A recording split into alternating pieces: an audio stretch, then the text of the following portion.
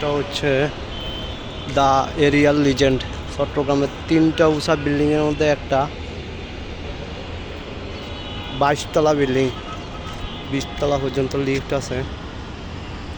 দেখেন পুরো চট্টগ্রাম দেখা যায়। এদিকে হচ্ছে যে কর্ণফুলী নদী, তারপরে এই দিকে হচ্ছে যে পতেঙ্গা।